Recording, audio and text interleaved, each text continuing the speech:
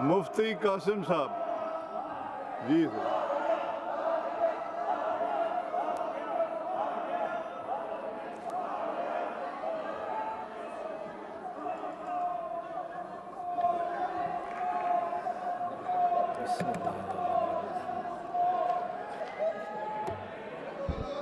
बिस्मिल्लाहिर्रहमानिर्रहीम। लब्बैक लब्बैक लब्बैक या रसूल अल्लाह सल्लल्लाहु अलैहि वालिहि वसल्लम। ताजदारे ख़त्म नबूवत जिंदाबाद जिंदाबाद जिंदाबाद।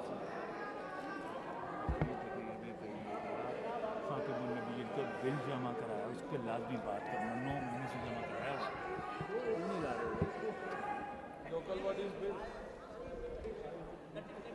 मोहतरम जनाब स्पीकर साहब, शुक्रिया वक्त देने का।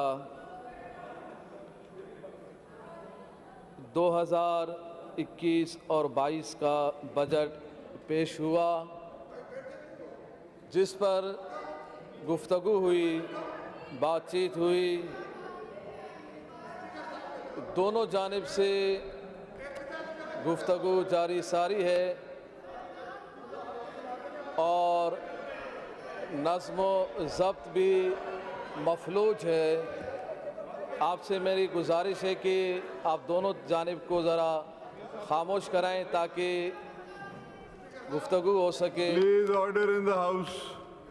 देखिए, मुफ्ती साहब ने रिक्वेस्ट की है कि आप लोग सब अगर खामोश हो जाएंगे, वो डिस्टर्ब हो रहे हैं। एक तो ऑडियंस सामने बैठी है इलीगली और ऊपर से आप लोग शोर मचाएंगे, और साथ में वो किताबों की एक दीवार है।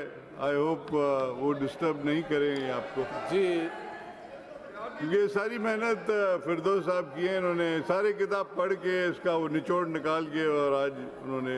आपकी आवाज़ नहीं आ रही थी, शोर शराबा हो रहा है। उन्होंने कहा आपकी आवाज़ आप ये पहन लें, कान में पहन लें। जी। मोहतरम जनाब स्पीकर साहब, ये जो बजट पेश किया गया, मुझे लगता ये है कि इस बजट में कुछ गलती है। जो किताबें दी गई हैं इसमें गलती हुई है, क्योंकि इस बजट में अपोजिशन मेंबरान के लिए कोई स्कीम नज़र नहीं आ रहा। या तो ये गलती है, अगर ये गलती नहीं है तो फिर ये जुल्म है।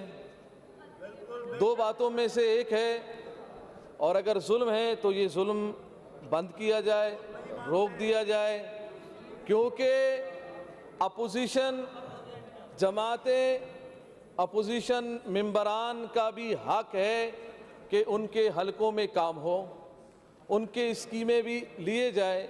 अब जैसे ये 32 किलो का वज़न, इस 32 किलो में एक चटांग भी अपोजिशन के लिए ना हो तो कितना बड़ा जुल्म है कि अपोजिशन की स्कीमों को हवा में उड़ा दिया जाए, उनको तरजीह ना दी जाए, और फिर बजट बन जाए 1477 अरब।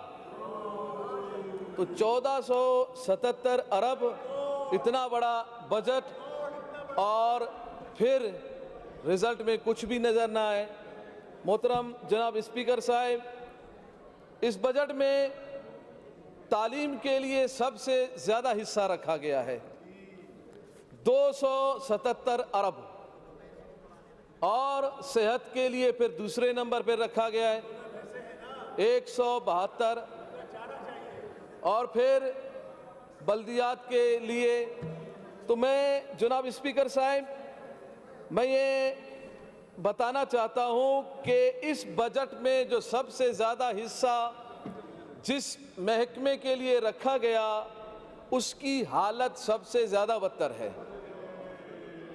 और अगर मैं आपको जनाब स्पीकर साहब बताऊं कि 10 सालों में इस महकमे के लिए, एजुकेशन के लिए, तालीम के लिए 1532 अरब रुपए रखे गए हैं, जो कि इस मौजूदा 2021 और 22 का बजट 1400 अरब है। और अगर हम 10 सालों का लगा लें और पीपल्स पार्टी की हुकूमत 13 साल रही है, उस लिहाज से हम देखें तो 1580 अरब रुपए तालीम के लिए रखे गए हैं।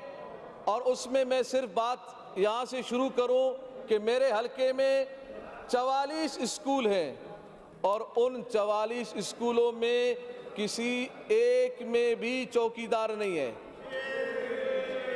और 13 साल बजट हमें ये बता रहा है कि 13 साल में 1580 अरब रुपए तालीम के लिए रखने के बाद भी स्कूलों में जमादार भी नहीं है, स्कूलों में चौकीदार भी नहीं है।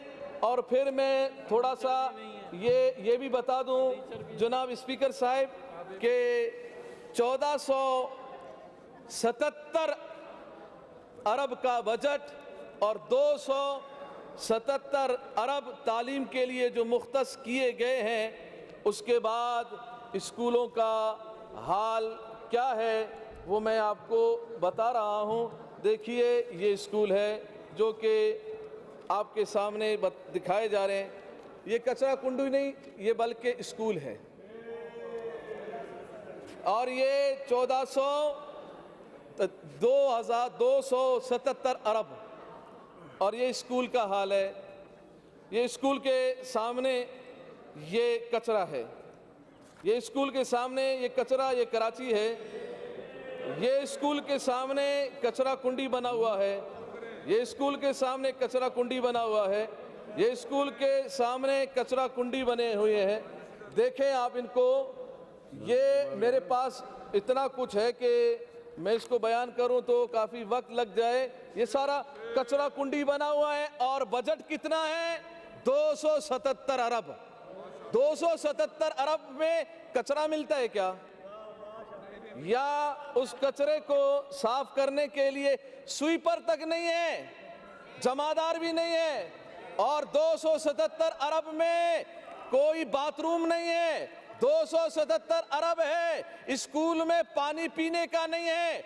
277 अरब है, स्कूलों में वहां पर खिड़कियां भी नहीं है, दरवाजे भी नहीं है, टीचर भी नहीं है। और बच्चे कहां से आएंगे? आसमान से तो नहीं आएंगे। मेरे जहन ने काम किया, इन स्कूलों को अगर आबाद करना है तो फिर सीएम साहब से लेकर तमाम जितने भी वुज़रा है उनके बच्चों को इनमें में हम दाखिला दिलवा देते हैं, ताकि दाखिले के जरिए हो सकता है वहाँ बाथरूम बन जाए, हो सकता है वहाँ पानी मिल जाए, हो सकता है भैंसें निकल जाए, बकरियां निकल जाए, कुत्ते निकल जाए, गधे निकल जाए, फिर ये स्कूल बन जाए। इन स्कूलों का हाल 277 अरब के बाद भी ये है। तो फिर मैंने सोचा ये हुआ क्या है, बात क्या है? पिछले साल थोड़े से कम होने के बावजूद भी जो वजन को बढ़ाते जा रहे हैं और कुछ है ही नहीं। और 13 साल में 1580 अरब रुपए का ये बजट इस्तेमाल हुआ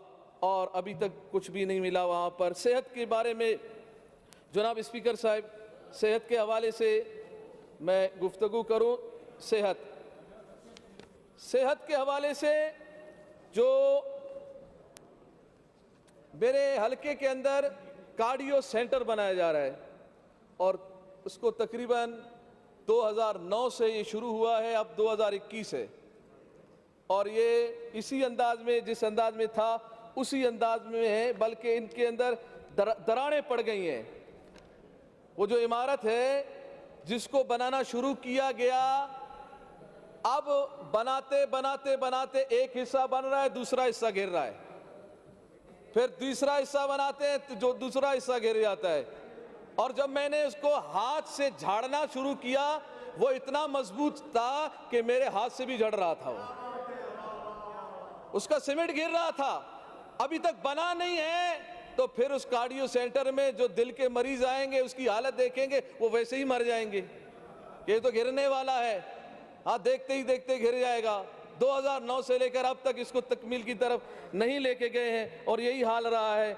और दूसरी बात ये है जनाब स्पीकर साहब, अभी हमारे हुकूमत की जानिब से जो कहा गया, चंद एक रोड गिनाए उन्होंने कि देखें कराची को हमने ये रोड बनाया, ये बनाया, ये अपोजिशन को नज़र नहीं आ रहा, ये नज़र नहीं आ रहा, वो नज़र नहीं आ रहा।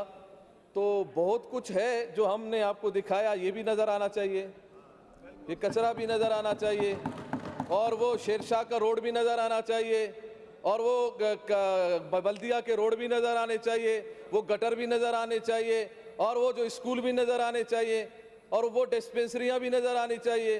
तो वो उनको भी देखना चाहिए, वो भी देख लें कि उनका हाल क्या है और कहाँ से कहाँ तक सिलसिला पहुँच गए। और जनाब स्पीकर साहब, ये कोरोना के लिए पिछले साल 5 अरब रुपए रखे गए थे, और अब के बार 25 अरब रुपए 25 अरब रुपए रख लिए गए। हालांकि पिछले साल कोरोना ज्यादा था, पिछले साल कोरोना ज्यादा 5 अरब, और अब के बार के कोरोना नजर नहीं आ रहा, मगर बजट में नजर आ रहा है 25 अरब रुपए। अब ये 25 अरब रुपए कहां पे, किसके लिए? मैं जरा कोरोना से जो मुतासिरा लोग जो परेशान है पूरे पाकिस्तान में, बिलखुसूस सिंध के अंदर जो परेशान है, ताजिर हजरात, दूसरे हजरात जो परेशान है, उनको मैं बताऊं कि आपकी परेशानी पता है क्यों है? आप तो कहते कोरोना नहीं है, हर बंदा कहते कोरोना नहीं है, नहीं है, हमारे अतराफ में कोई भी कोरोना का नजर नहीं, मुझे तो नजर नहीं आता।